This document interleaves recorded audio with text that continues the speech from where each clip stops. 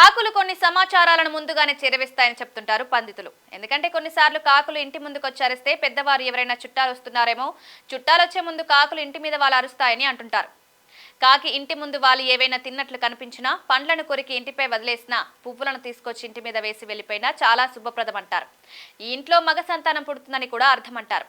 ఒకవేళ కాకి తాను గూడు కట్టుకున్న గడ్డి పరకను తీసుకొచ్చి ఇంటి ముందు వేస్తే ఆ ఇంట్లో ఆడ సంతానం పుడుతుందంటారు. అయితే వివాహ జీవితంపై కూడా కాకి కొన్ని ముందస్తు విషయాలు తెలియజేస్తుందట.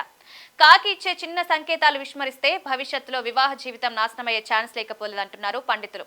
సాధారణ మంచి లేదా చెడు శకులను సూచిస్తాయి. అయితే వివాహ సమయంలో కాకి పెళ్లి మండపంపై వాలితే వివాహం విజయవంతం కాదని, సంబంధంలో చీలిక వస్తుందని నమ్ముతారు. కొన్ని ప్రదేశాల్లో దీన్ని మరణం లేదా దురదృష్టానికి సంకేతంగా కూడా భావిస్తారు.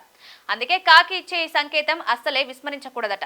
ఇలా కాకులే కాకుండా వివిధ రకాల పక్షులు కూడా ఇలా శుభ అశుభ సంకేతాలను ఇస్తుంటాయని చెప్తారు.